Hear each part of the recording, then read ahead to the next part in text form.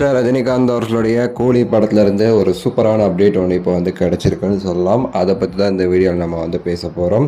So video வந்து கடைசி வரை பாருங்கள், லைக் பண்ணி ஷேர் பண்ணி சப்ஸ்கிரைப் பண்ணி சப்போர்ட் பண்ணுங்கள். சூப்பர் ஸ்டார் அவர்களுடைய கூலி படத்திற்கான ஷூட்டிங் எல்லாமே சரி கிட்டத்தட்ட வந்து முடிஞ்சுக்கிட்டே இருக்குது. ரஜினிகாந்த் அவர்களுடைய போர்ஷன் எல்லாமே ஆல்ரெடி வந்து முடிஞ்சிடுச்சுன்னு சொல்லிட்டு ரஜினி சாரே வந்து ஏர்போர்ட்டில் வந்து சொல்லிட்டு போயிருந்தார். ஷூட்டிங்குமே கிட்டத்தட்ட முடிஞ்சிடுச்சு. படத்திற்கான ட்ரெய்லர், டீசர், சாங்ஸ் எல்லாம் அடுத்தடுத்து வந்து ரிலீஸ் பண்ணுறதுக்கான முயற்சிகளில் வந்து சன் பிக்சர்ஸ் வந்து இருக்கிறாங்க. கூடிய சீக்கிரத்தை ரிலீஸ் டேட்டுமே சரி அவங்க வந்து சூப்பராக வந்து அனௌன்ஸ்மெண்ட் வந்து பண்ணுவாங்க. ஸோ அது இன்னும் மாதம் இருக்க போகுதுங்கிறதுல மாற்று கருத்தே கிடையாது. இந்த பக்கத்தில் வந்து ரிலீஸ் டேட்டுமே வந்து வச்சுருக்காங்க, ஒரு பிளான் வச்சுருக்குறாங்க. அதுபடி வந்து எல்லாம் நடக்கும்னு சொல்லி எதிர்பார்க்கவும் படுது. ரீசெண்டாக பார்த்திங்கன்னா இந்த படத்தில் நடித்த ஒரு ஆக்டர் வந்து ஒன்று விஷயம் வந்து சொல்லியிருந்தாப்புல, அது வந்து பெரிய அளவுக்கு ட்ரெண்டிங்மே ஆச்சு, சந்தீப் கிஷோனை. ஸோ இந்த படத்தில் வந்து நான் வந்து கிட்டத்தட்ட ஒரு 45 நிமிஷத்துக்கு மேலே நான் வந்து பார்த்தேன். ஆனால் அந்த 45 நிமிஷம் பார்க்கும்போது எனக்கு வந்து அந்த படத்தில் உள்ள கண்டென்ட் எப்படி ஏது எல்லாம் எனக்கு வந்து க்ளீனாக புரிஞ்சிச்சு. அப்படி வந்து இந்த கூலி படமானது மிகப்பெரிய அளவில் வந்து ஒரு மாசாக வந்திருக்கு. ஸோ இது கண்டிப்பாக வந்து 1000 crores வந்து அடிக்குங்கிறதுல வந்து மாற்றுக்கிறதே கிடையாது அப்படிங்கிற ஒரு விஷயத்த வந்து சொல்லியிருந்தாப்புல.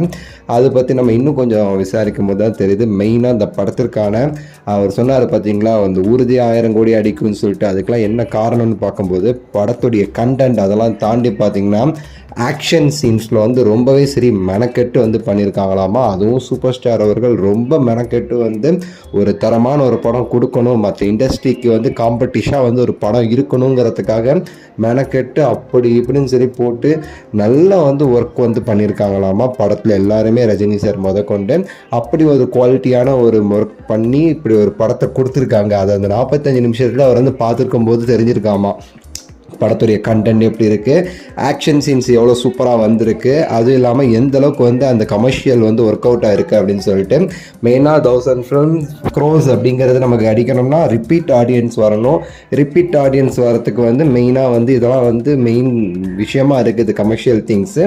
அது நல்லா ஒர்க் அவுட் ஆகிருக்குங்கிறதா வந்து அப்டேட்டாக இருக்குது. ஸோ அடுத்தடுத்து நிறைய அப்டேட்ஸ் இருக்குதுன்னு நம்ம சேனலில் ஒன்று அப்டேட் பண்ணுறோம். உங்களோட கருத்தை சொல்லுங்கள், லைக் பண்ணுங்கள், ஷேர் பண்ணுங்கள், சப்ஸ்கிரைப் பண்ணுங்கள். அடுத்த வீடியோவில் சந்திக்கின்றேன். நன்றி, வணக்கம், மகிழ்ச்சி.